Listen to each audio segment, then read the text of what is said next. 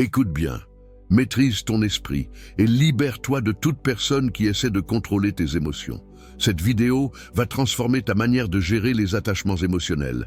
Reste jusqu'à la fin pour absorber des enseignements et stoïques puissants qui vont changer ta vie. Contrôle-toi, libère-toi émotionnellement de toute personne qui emprisonne ta paix intérieure. Ici, tu ne trouveras pas de conseils banals ou de phrases creuses.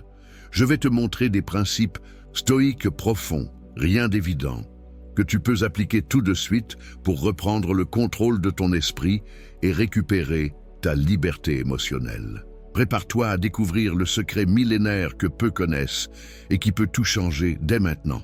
Allons ensemble dans ce voyage vers la vraie autonomie émotionnelle. Avant de commencer, abonne-toi à la chaîne et active la cloche pour ne rien rater des contenus qui vont renforcer ton esprit et ta liberté émotionnelle. C'est parti, accepte la réalité, pas le désir. Au cœur du stoïcisme se trouve la compréhension claire qu'il y a des choses que nous pouvons contrôler et d'autres qu'on ne peut pas. C'est fondamental pour ta liberté émotionnelle. Tu ne contrôles pas les actions, sentiments ou décisions des autres. Ce qui est vraiment sous ton pouvoir, c'est ton propre esprit, tes réactions, tes choix, ton attitude. Quand tu essaies de changer quelqu'un émotionnellement, tu dépenses de l'énergie sur quelque chose hors de ta portée. Ça crée une prison mentale, car tu deviens otage de la volonté et du comportement d'une autre personne. Le stoïque agit différemment. Il accepte la réalité telle qu'elle est, sans tenter de la modeler par le désir ou la frustration. Dans la pratique, ça veut dire que, quand tu sens que quelqu'un affecte ta paix, tu dois te rappeler « Je choisis ma réaction. J'accepte que je ne contrôle pas cette personne. Je contrôle seulement mon esprit. » Ce simple changement, mais profond, enlève le pouvoir que les autres ont sur toi. Maintenant, réfléchis. Combien de fois as-tu perdu temps, énergie et paix à essayer de contrôler l'incontrôlable? Combien de nuits as-tu été bloqué dans des pensées à convaincre quelqu'un ou attendre un changement qui n'est jamais venu? Cette leçon est le premier pas pour libérer ton esprit de cette prison. Si ça t'a déjà touché, la prochaine leçon va montrer comment renforcer ton centre intérieur pour ne plus jamais dépendre de ce qui est hors de ta portée. Renforce ton centre intérieur. Dans le stoïcisme, il y a un concept appelé proairesis, la capacité rationnelle que chaque personne a de prendre des décisions conscientes et internes, indépendamment de ce qui se passe dans le monde extérieur. C'est ta forteresse mentale, le noyau inébranlable que toi seul peux construire. Quand ta paix émotionnelle dépend de la présence, l'approbation ou le comportement d'une autre personne, ton centre est fragile. La vraie liberté émotionnelle apparaît quand tu construis ce centre fort, une base solide d'autosuffisance et de maîtrise de soi. Dans la pratique, renforce ton centre intérieur en identifiant les pensées qui t'emprisonnent émotionnellement. Chaque fois que tu te surprends à penser « je ne peux pas vivre sans cette personne » ou « j'ai besoin qu'elle m'accepte », défie cette idée et remplace-la par des affirmations comme « je peux être complet seul » ou « ma paix ne dépend pas des autres ». Cette pratique peut être faite chaque jour, en écrivant ces affirmations, en méditant dessus ou en les répétant mentalement quand tu traverses des moments difficiles. Pense maintenant, ta paix dépend-elle de quelque chose d'extérieur ou naît-elle de ta propre force intérieure? Réfléchir à ça commence déjà à donner de l'autonomie à ton esprit. Si cette leçon a résonné en toi, prépare-toi. La suivante va t'apprendre à affronter peur et perte en avance. Une technique stoïque puissante pour ceux qui veulent dominer le détachement. Utilise la technique de la préméditation de la souffrance. Un des secrets les plus puissants du stoïcisme est la pratique de la préméditatio malorum, la préméditation des maux, c'est-à-dire imaginer à l'avance les pires scénarios pour réduire l'impact émotionnel quand ils arrivent vraiment. Dans le contexte de la liberté émotionnelle, ça signifie que tu dois te préparer mentalement à la possibilité de perte, que ce soit d'une personne, d'une relation ou d'une situation qui te retient émotionnellement. En visualisant la douleur avant qu'elle arrive, tu ne seras pas surpris et ça renforce ton esprit pour affronter la réalité avec sérénité. Dans la pratique, prends un moment pour réfléchir. Et si cette personne s'éloignait complètement, comment réagirais-tu? Comment continuerais-tu ta vie? Faire cet exercice n'est pas une invitation au pessimisme, mais une manière de créer une résistance émotionnelle. Cette préparation mentale aide à couper la souffrance anticipée, qui est souvent la pire, car on reste bloqué dans des angoisses et attentes irréelles. Demande-toi maintenant, es-tu prêt à affronter ce que tu as le plus peur de perdre? Accepter cette possibilité est le premier pas pour te libérer vraiment. Si cette idée t'a déjà touché, la prochaine leçon va transformer ta façon d'interpréter les histoires que ton esprit raconte. Et là, oui, tu prendras le contrôle total de ta narration. Réécris ton histoire, deviens l'auteur de ta vie. Un des plus grands pièges émotionnels dans lequel tu peux tomber est de croire que tu es à la merci des événements et des attitudes des autres, que ta paix dépend de ce qu'ils font ou ne font pas. Le stoïcisme révèle une vérité libératrice. Tu n'es pas un personnage secondaire dans cette histoire, mais l'auteur principal de ta vie.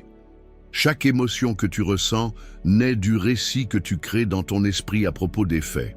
Par exemple, si quelqu'un te blesse, ton esprit construit une histoire, souvent exagérée et douloureuse, qui nourrit la souffrance. Cette histoire peut être pleine de jugements, attentes et étiquettes qui emprisonnent ton esprit.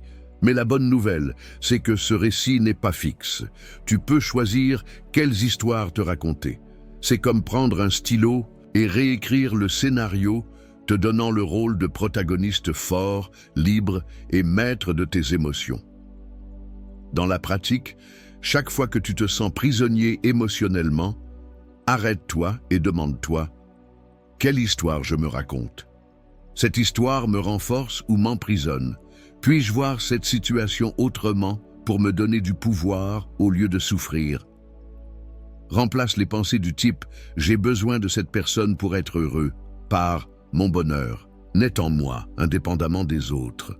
Ce n'est pas nier la douleur, mais prendre la responsabilité de ton esprit et de ta paix. Cette réécriture consciente de l'histoire est un exercice puissant qui donne une vraie autonomie émotionnelle, éloignant la sensation d'être otage des autres. Si cette leçon a résonné avec toi, abonne-toi à la chaîne et deviens membre. Ainsi, tu auras accès à des contenus exclusifs qui approfondiront ta liberté émotionnelle et renforceront ta croissance personnelle. En plus, tu soutiens cette chaîne pour continuer à apporter une sagesse qui transforme des vies. La prochaine leçon montrera comment transformer toute douleur et souffrance en carburant pour ta croissance, une étape essentielle pour qui veut se libérer vraiment. Transforme la douleur en croissance. Dans le stoïcisme, la douleur et la souffrance ne sont pas vues comme des punitions ou des échecs, mais comme des opportunités précieuses pour développer la vertu et la force intérieure. La difficulté émotionnelle, surtout quand elle vient de quelqu'un qui cause attachement ou souffrance, est une invitation à regarder à l'intérieur et à grandir. Quand tu ressens cette douleur, l'impulsion naturelle est de fuir, nier ou tenter d'effacer la souffrance. Mais le vrai pouvoir est d'embrasser ce moment comme un professeur sévère qui révèle tes faiblesses, peurs et limites. C'est dans ce miroir que tu trouves les points à renforcer pour te libérer. Dans la pratique, quand la douleur frappe, arrête-toi et demande-toi sincèrement « Qu'est-ce que cette expérience m'enseigne ? Quelle leçon de résilience ou de connaissance de soi puis-je en tirer ?» Permets-toi de sentir la douleur, mais ne la laisse pas dominer ton histoire. Utilise ce moment pour cultiver des vertus stoïques comme le courage, la patience et la sagesse. Cette transformation consciente de la douleur en carburant pour la croissance personnelle construit un caractère inébranlable et un esprit libre. Réfléchis. Es-tu prêt à transformer tes blessures en boucliers? La prochaine leçon va t'aider à différencier qui compte vraiment de qui n'est qu'une ombre dans ta vie, une étape fondamentale pour récupérer ton pouvoir émotionnel. Sépare la personne et le rôle, ne confonds pas les deux. Dans le stoïcisme, une grande source de souffrance vient de la confusion entre la personne réelle et le rôle qu'elle occupe dans ta vie. Souvent, on idéalise quelqu'un. On lui attribue attentes, fantasmes et étiquettes, et on reste prisonnier de cette image, pas de la personne telle qu'elle est vraiment. La sagesse ici est d'apprendre à distinguer le fait du sentiment, l'être du rôle. Par exemple, ton partenaire, ami ou famille est un être humain imparfait, avec des limites et défauts. Mais le rôle que tu crées mentalement, le « seul qui peut me rendre heureux », ma source de sécurité, est une construction de ton esprit qui peut t'emprisonner émotionnellement. Dans la pratique, observe tes émotions et remarque quand tu réagis à la personne réelle ou à ton idée d'elle. Remets en question tes attentes irréalistes et ramène ton esprit à la réalité des faits. Ça diminue la souffrance et renforce ton autonomie émotionnelle. Réfléchis. Aimes-tu la personne pour ce qu'elle est ou pour l'image que tu t'en es faite? Si ça t'a fait réfléchir, attends la prochaine leçon qui va affiner encore plus ton discernement intérieur. Contrôle ton dialogue intérieur. Dans le stoïcisme, l'esprit est vu comme une sorte de tribunal intérieur, où les pensées et jugements que nous faisons forment la base de nos émotions. Ce dialogue intérieur peut être ton plus grand allié ou ton pire ennemi. Souvent, on est piégé par des récits répétitifs et toxiques qui nourrissent la souffrance et emprisonnent nos émotions. Contrôler ce dialogue signifie observer attentivement ce que tu te dis à toi-même. Quand des pensées négatives comme « je ne peux pas vivre sans cette personne » ou « je suis faible de ressentir ça » apparaissent, remets-les en question. Demande-toi « est-ce vrai? Ce récit m'aide-t-il ou me nuit-il » Dans la pratique, tu peux appliquer des techniques simples comme le dialogue socratique, avec toi-même, en défiant chaque pensée qui génère souffrance avec des questions apportant clarté et réalisme. Remplace ces voix intérieures par des affirmations rationnelles et empowrantes, comme « je suis capable d'affronter ça » ou « de mon bonheur ne dépend de personne ». Ce contrôle conscient du dialogue intérieur est ce qui distingue un esprit captif d'un esprit libre. En changeant tes mots internes, tu changes tes émotions et, par conséquent, ta réalité émotionnelle. Réfléchis maintenant. Quelle voix as-tu nourrie en toi? Si tu as remarqué que ton dialogue intérieur peut te saboter, la prochaine leçon te montrera comment choisir avec sagesse ce qui mérite vraiment ta valeur et ton attention. La liberté est dans le choix de ce qu'on valorise. Un des principes centraux du stoïcisme est que nous ne sommes pas perturbés par les événements eux-mêmes, mais par l'importance qu'on leur donne. Ça signifie que la liberté émotionnelle commence par le choix conscient de ce que tu décides de valoriser. Quand tu laisses quelqu'un contrôler tes émotions, c'est parce que tu as attribué à cette personne une valeur qui dépasse ton bien-être. Tu l'as mise sur un piédestal émotionnel, lui donnant le pouvoir d'influencer ton humeur, tes décisions et ta paix intérieure. Dans la pratique, ça demande un exercice constant de discernement. Demande-toi chaque jour « Qu'est-ce que je valorise vraiment ? Ça mérite mon attention et mon énergie ?» Concentre-toi sur ce qui renforce ton âme et contribue à ta sérénité. Vertus, but, maîtrise de soi. Et laisse de côté ce qui te pompe ton énergie émotionnelle sans retour. Ce choix radical de valeur change ta relation avec les gens et situations autour. Ce qui te retenait avant devient sans importance, car tu ne donnes plus de valeur à ce qui ne le mérite pas. Réfléchis profondément. Investis-tu ton temps et tes émotions dans ce qui importe vraiment pour ta liberté?